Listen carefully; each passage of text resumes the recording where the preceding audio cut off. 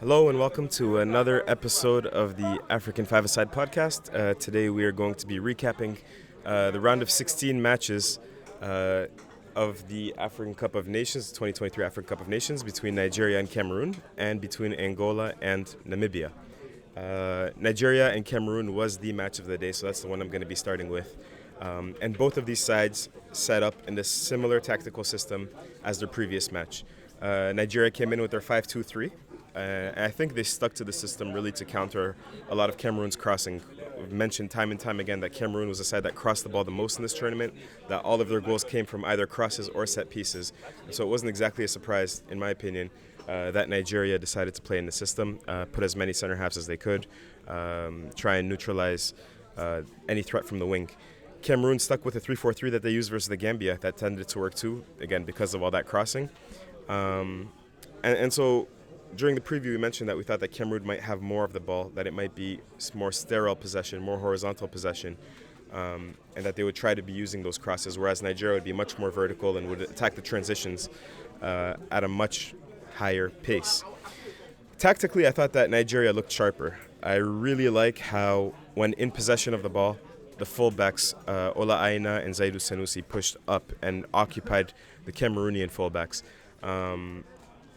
Lookman and Simon, Moses Simon and Ademola Lookman, although they technically are wide forwards, they were staying very narrow, staying closer to Osimhen, trying to find little half spaces in between the lines where they could either receive the ball on a half turn or combine with Victor Osimhen. Cameroon, however, looked static in their 3-4-3 shape. There wasn't too much manipulation of their shape. I think it was very easy for Nigeria to mark that shape. And it just looked very static, very stale, and very boring. So in such a matchup where you have, stalemates, or because Cameroon did have more of the ball in the first half and had more of the ball throughout the match. And though Nigeria were threatening a bit through their counterattacks, you'd really thought that this match might go into extra time. That's what I thought prior to the match. But you also know that, it's a cliche, but these big games, it comes down to the little details at times. And Cameroon just made too many mistakes. Just in the opening 10 minutes, concede a very, very stupid corner kick. I think it was Nuutolo who just clears the ball out for absolutely no reason. And Fabrice Ondoa, Cameroon's second goalkeeper, remember after Andre Onana was benched after he made no save and conceded 3 goals against Senegal. He was very clumsy all day, but in the opening 10 minutes, clumsy with the punches that came from the corner kick that was conceded stupidly. And Nigeria managed to score a goal. I think it was Shemiejeyi, although it was ruled off for offside. It's just a quick warning shot, and it was very, very close. But Nigeria had that goal ruled out. A few minutes later, Cameroon again make a very stupid mistake. And this time it's Umar Gonzalez, their center half, caught in possession, and Victor Osimhen dispossesses him, sort of drags him for a few yards, gets his head up, finds Ademola Lookman, who's making a run to his right, feeds Lookman, and Lookman slots the ball under Ondoa. 1-0 for the Super Eagles.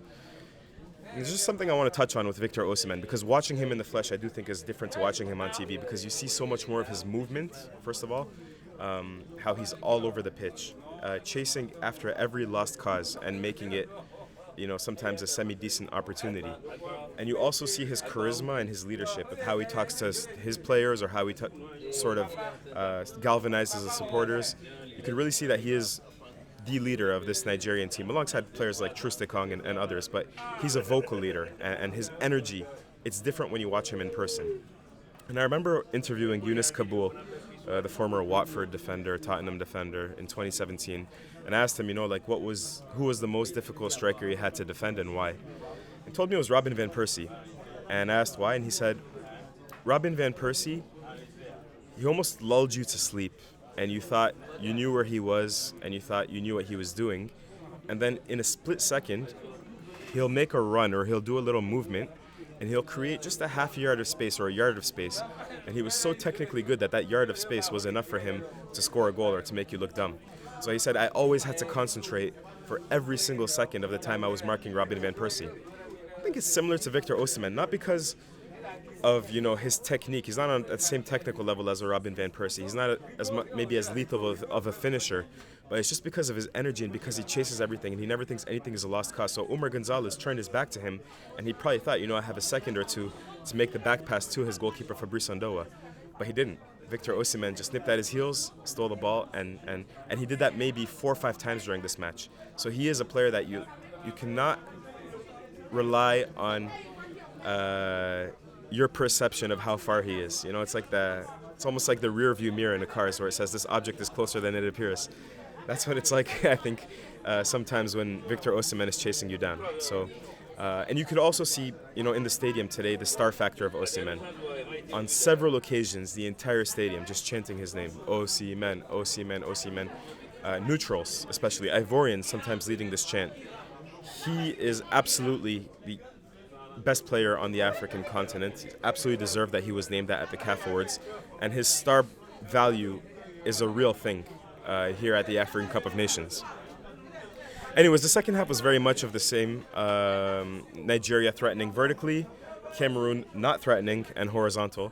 I thought it was shocking that Rigobert Song waited until the 75th minute to make a change. In the press box, the journalists were getting antsy. The players that were warming up behind the goal were getting antsy. Everybody was expecting a change that would come much, much, much sooner, and it didn't. So Vincent Aboubakar is the obvious change. I understand he's coming back from injury, but sometimes a half-injured Aboubakar would be better than, Frank Magri, who's on his last legs. And if it's not going to be Aboubakar, why not somebody like Faris Mumbanya, who just signed with Olympique de Marseille? Again, just replacing Frank Magri with him, just to renew the energy levels, because he would have fresh legs and he would be able to provide maybe a little bit of a spark that Magri couldn't. So Rigobert Song waited to make the change. And to be fair to Song, I didn't understand waiting to make the change as a striker, but the wingers, he didn't really have too many options. When I looked at the team sheet, there was only really Clinton and G that he could have brought on the wing, and he's also coming back from injury. Otherwise, you have players like the 17-year-old kid, Dala, and, wow, it's loud in this press room, excuse me. But you have players like Dala, and he didn't get a chance. And the 3 or 4 players that Rigobert Song did call up that play in the domestic league in Cameroon, they also didn't get a single minute at this African Cup of Nations. That's the second time that Rigobert Song calls up players at the African Cup, second time that Cameroon calls up players in the domestic league at the African Cup of Nations, and they don't get a single minute. Overall, though, 4 shots on target for Nigeria, 0 shots on target for Cameroon. Cameroon only with 1 corner kick and 0.26 XG. I was asking colleagues over here, who do you think was Cameroon's best player? And I think the consensus was Christopher Wu, but even he was only half decent, semi-decent. Maybe Jean-Charles Castelletto too. But anybody that had any attacking responsibility was mostly invisible. And Cameroon whimper out of this tournament, and I think it's not a surprise to anybody. They were, I think, a little bit lucky to get past the Gambia in the final match of the group stages. So looks like there's going to be wholesale changes now for Cameroon. I do think Rigobert Song is going to be, in French they say it nicely, they say remercier. He's going to be thanked for his services. Sébastien Mine is probably going to go with him. And now Samuel Eto'o is starting to come under a little bit of pressure. When 2 years ago when he came into this job, there was a lot of hope for him, and he had a lot of things to say about how he was going to revolutionize Cameroonian football. But 2 years on, all of his reforms at the domestic league level have not really been implemented. People see that it's much of the same. There are rumors that he came and wanted to be the Cameroonian FA president because he was having financial troubles. And now he's got his first appointment at the head coach wrong. So I think Eto'o's going to have to make an important decision here. He's going to have to make the right decision. But even when I look at the Cameroonian squad, I'm not sure that it's going to be a great squad in the upcoming 3 to 5 years. It seems to be an aging generation of players like Karl Toko Ekambi or Vincent Aboubakar, players like Even Zembo Anguissa. They're probably closer to the end of their primes than the beginning of their prime. So I think it's going to be tough sailing ahead for the Indomitable Lions. For Nigeria, however, coming into this tournament, we didn't have a lot of confidence in them because, they were playing that 4-4-2, but it was more like a 4-2-4. Very stubborn, Jose Peseiro was. They had that horrible international window prior to this tournament. But now that we've been here, we've seen that Peseiro, I think, has studied his opponents very well. He's shown to be flexible with his different tactical systems. The team looks very together. The supporters look together. They look sharp at times, and really the only, I think, criticism that we can make of them is that they could probably be a little bit more clinical in front of goal, over the totality of the tournament. But nonetheless, I think they're going to be favoring their chances when they go up against Angola in the quarterfinals on February 2nd here at Stade Félix Houphouët-Boigny. So let's talk about Angola, who won against Namibia 3-0. Full disclosure, I didn't watch all of this match because I was here at the stadium for Nigeria-Cameroon a bit early. But I did catch a lot of the first half, and the first thing I would say is that the mistake by Neblu, Angola's goalkeeper, at 17 minutes was a mistake that, a high-level goalkeeper shouldn't make. So I think the obvious retort to that is that he's probably not a high-level goalkeeper. But Bethuel Mizu chips him. He actually nips the ball off of Gaspar and chips him. And Neblu is caught scrambling out of his goal. He handles the ball out of his box, and he's sent off, rightfully so. It's the second time that he handles the ball, I believe, outside of his box, or maybe last time he was very, very close to doing so. So he's too eager to do that. And this is a mistake that you can make, I think, in the 80th minute or the 85th minute of the match. When if it's a 0-0 or if you're losing 1-0, you can handle the ball there because you're saving a goal. And, a goal in the latter stages of the match could be a death blow. But in the first 17 minutes, you're completely handicapping your side. So Neblu, I think, will admit that was a big mistake that he shouldn't have made, and he's going to pay now, and he's going to miss the next match. He's going to be suspended. But prior to the match, we said that Angola were probably going to win by a few goals, and that's because their attacking line is really in form. Gilberto, the Chan talent, the best Chan talent at this tournament after Lamine Camara. Mabululu, who has 3 goals, I believe, now in this tournament, and Gelson Dala, who has 4 goals in this tournament now. They're all in form. They play complementary football. They understand one another. They have great chemistry, and that was really displayed in Angola's first goal when Gilberto dribbles in, and Freddy, Angola's captain, who's been absolutely incredible in this tournament as well, makes a deep run into the box, and Gilberto anticipates it and plays a perfect pass behind the defenders. Freddy centers into Gelson Dala, and Angola are up 1-0 despite being a man down. And this is where Namibia showed their inexperience, because it's okay to go 1-0, because like I said, Angola's attacking line is very, very talented, and it was a great constructed team goal. But 40 minutes in, Lubeni Hokongo, 23 years old, gets sent off after picking up a second yellow.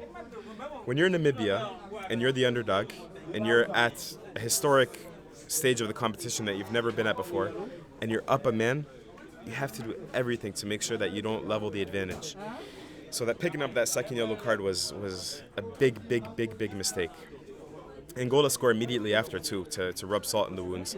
Surprisingly, it was Gelson Dala who scored the header off a Freddy free kick. Usually Dala is the one taking that free kick.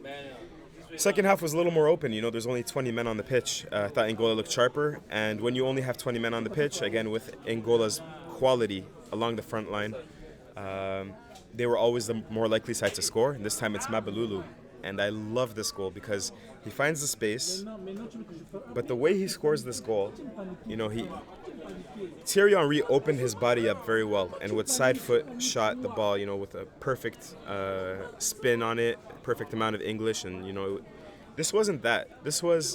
He didn't open up his body. His body almost seemed still square with the goalkeeper. It was more his foot and his knee that opened up, and man, just past the fingertips of the goalkeeper, the way he side-footed it into the bottom corner of the net. And it reminded me more of Samuel Eto'o than Thierry Henry. Samuel Eto'o, in the 2006 Champions League final against Arsenal. Similar, like a bad angle, he's square with the goalkeeper, but the way he just opened up his foot instead of his body, I think it was more reminiscent of that with the finish. Finally, Angola are 3-0 winners. They'll take on Nigeria in the quarterfinals, as we said, here in Felicia. And I think it's going to be a great match that we're going to be looking forward to. So leave it here. Keep it locked in as we going to be previewing tomorrow's matches. That podcast will come out tomorrow morning, so keep it locked in. Thanks for listening, and we'll speak to you soon.